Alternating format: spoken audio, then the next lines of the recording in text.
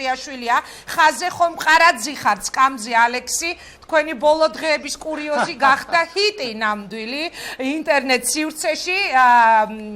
მე მინდა თქვენთან დავიწყო საუბარი პირველ რიგში იმ შედეგით, რა შედეგიც მივიღეთ 9 ხმით, როცა საქართველოს პარლამენტის წევრს ეთქვა უარი გამხდარიყო ეუთოს საპარლამენტო ასამბლეის პრეზიდენტი. შემიფასეთ, რა პოლიტიკურ შეფასებას გააკეთებთ? მოგესალმებით ინგა. ყველა ტიპის ექსტრემალური ვითარებისთვის მზად ვარ. ჩვენ ამას თავისუფალი დემოკრატები პირდაპირ ეთერშიც ვამტკიცებთ, მაგალითად დროშის ფრიალისთვის.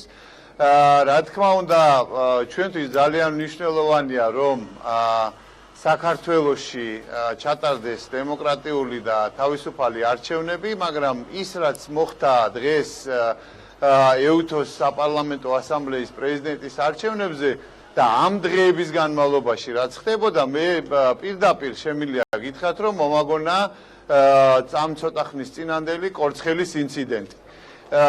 გავდენ ძალიან მიუხედავად იმისა, რომ ადგილი არ ქონია მუშტების ქნევას, ძალიან გავდენ ეს პოლიტიკური ძალები ურთიერთ დამოკიდებულებით, ამ ურთიერთ სიტყვიერი ზიზღის გამოხატვით, ეპითეტებით შემკობით ძალიან გავდენ იმ კუნთმაგარ ბიჭებს, რომლებიც არც ეპითეტებს იშურებდნენ და არც ძალღონეს იმისათვის, რომ დაეჯაბნა თავისი ოპონენტები.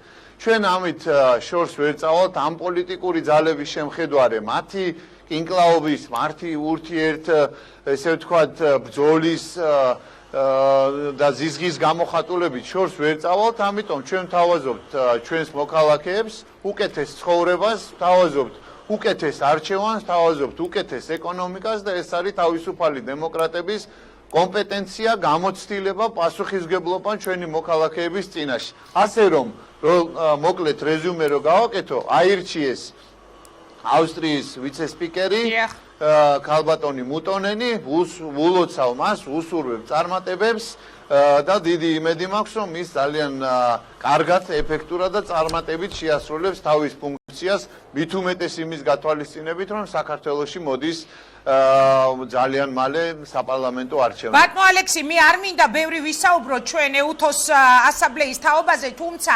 მაინტერესებს თქვენი პასუხი ჩვენი ქვეყნისთვის თუ იქნებოდა მნიშვნელოვანი, რომ საპარლამენტო ასამბლეა